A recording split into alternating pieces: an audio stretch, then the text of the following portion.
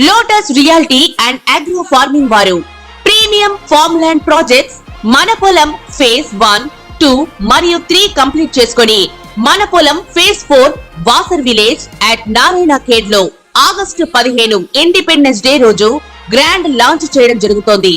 Launching మరియు independence day సందర్భంగా 5 guntas land out rate లో బుక్ చేసుకున్న వారికి 1,50,000 రూపాయల డిస్కౌంట్ తో పాటు 2 గ్రాముల గోల్డ్ ఫ్రీగా ఇస్తున్నారు. పూర్తి వివరాలకు సంప్రదించండి.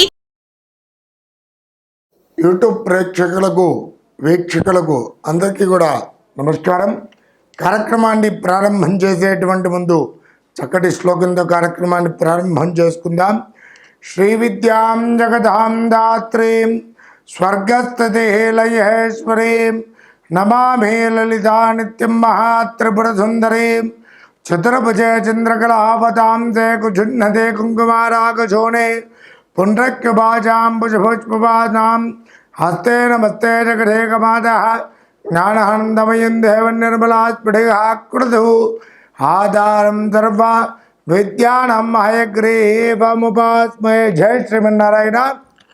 ఈరోజు కార్యక్రమంలో భాగంగా మరి ద్వాదశ రాశుల వారికి 2025వ సంవత్సరంలో జనవరి నుండి డిసెంబర్ మాసం వరకు కూడా ద్వాదశ రాశుల వారికి మేషాది మీన పర్యంతము ఏ విధంగా వారికి గోచార ఫలితాలు ఉన్నాయి, మరి ఏ విధమైనటువంటి పరిహారాలు పాటిస్తే వీరికి అనుకూలంగా ఉంటుంది, అలాగే ఏ విధమైనటువంటి దేవతార్థనలు చేస్తే బాగుగా ఉంటుంది, ఏ విధమైనటువంటి వివిధ రకాలైనటువంటి పరిహారాలు చేపిస్తే బాగుగా ఉంటుంది అనేటువంటిది ఈ వీడియోలో క్షుణ్ణంగా తెలుసుకుందాము.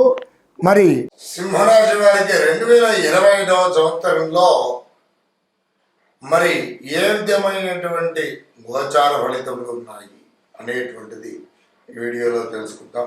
ముఖ్యంగా సింహరాశి వారు ఏ నక్షత్రాల భారవుతున్నారయ్యా అని కనుక చూసుకున్నట్లయితే మఖా నక్షత్రం 1, 2, 3, 4 పాదములు, బుబ్బా నక్షత్రం 1, 2, 3, 4 పాదములు, ఉత్తరా నక్షత్రం కూడా పాదం వారు కలిసి సింహరాశి వారు అవుతున్నారు. వీరి యొక్క జాతక లక్షణాలు కనుక గమనించినట్లయితే విశాలమైనటువంటి భగవత్సత్త కలిగినటువంటి వారు, స్వల్ప సంతానం కలిగినటువంటి వారు, అలాగే మంచి నేర్పరి, రాజకీయ వ్యవహారం లేని నైపుణ్యం కలిగినటువంటి వారు, పవిత్రమైనటువంటి మనసు కలిగినటువంటి వారు, ధర్మ కార్యక్రమం చేసేటువంటి వారు, నిశ్చలమైనటువంటి పవిత్రమైనటువంటి మనస్సు కలిగినటువంటి వారుగా మీరు చెప్పవచ్చును.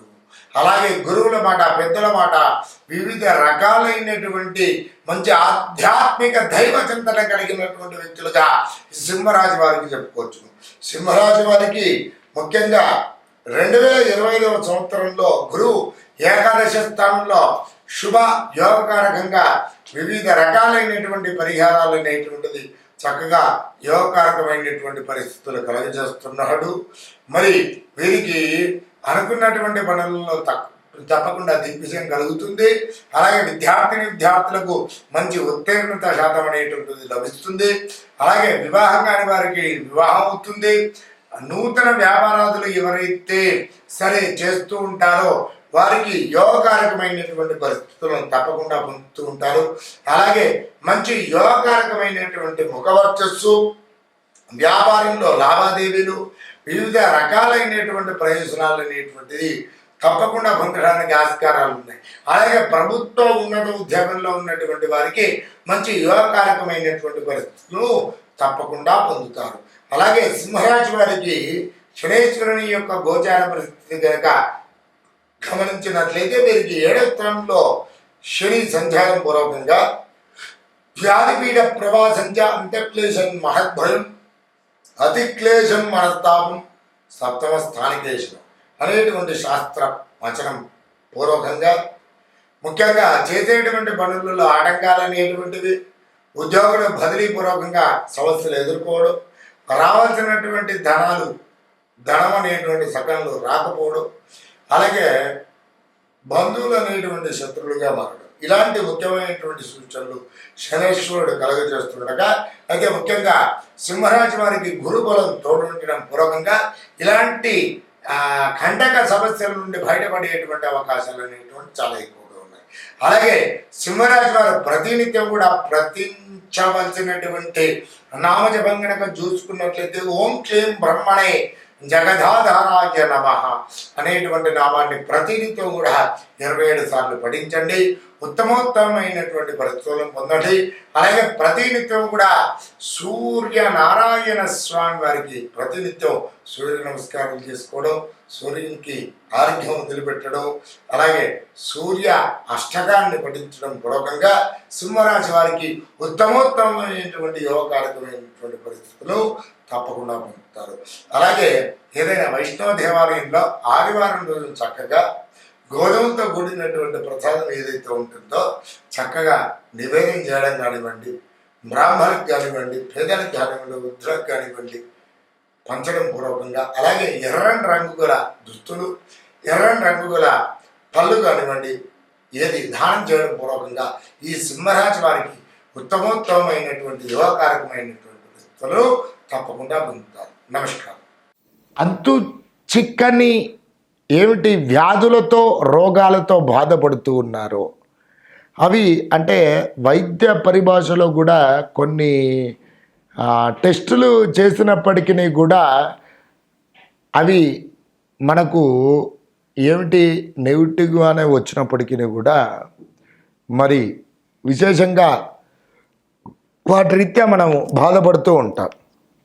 అంటే కొన్ని వ్యాధుల రీత్యా, సమస్యల రీత్యా మరి అవి తొలగిపోవడానికి ఏ దేవత ఆరాధన చేస్తే బాగుగా ఉంటుంది అనేటువంటిది ఈ వీడియోలో తెలుసుకుందాం. ముఖ్యంగా సకల సర్వ రోగాలు తొలగిపోవడానికి ముఖ్యంగా సర్వరోగ నివారణ మంత్రం అని చెప్పి చక్కగా మన పురాణాలలో చెప్పబడింది.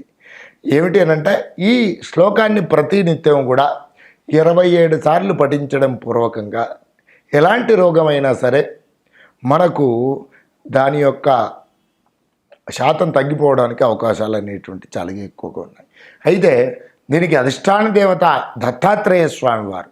అయితే ముఖ్యంగా ప్రతి గురువారం కూడా చక్కగా శ్రీ గురు దత్తాత్రేయ స్వామి వారి యొక్క ఆరాధన చేసుకుంటూ ప్రతినిత్యం కూడా 27 సార్లు 41 రోజుల పాటును కూడా ఈ యొక్క మంత్రోపాసన చేసినట్లయితే తప్పకుండా మీ యొక్క వ్యాధులు త్వరగా ఉపశమనం అనేటువంటిది మీకు లభిస్తుంది.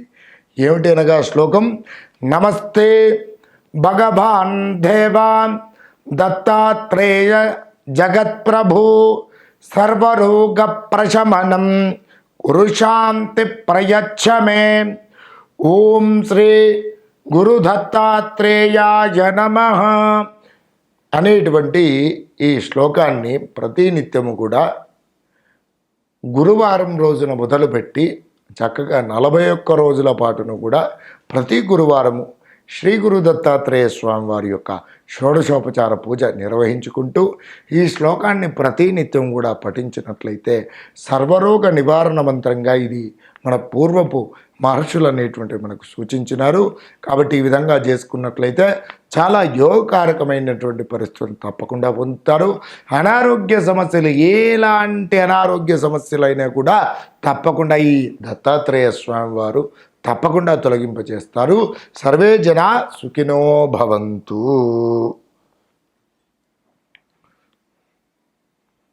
ఇంకా నాయనా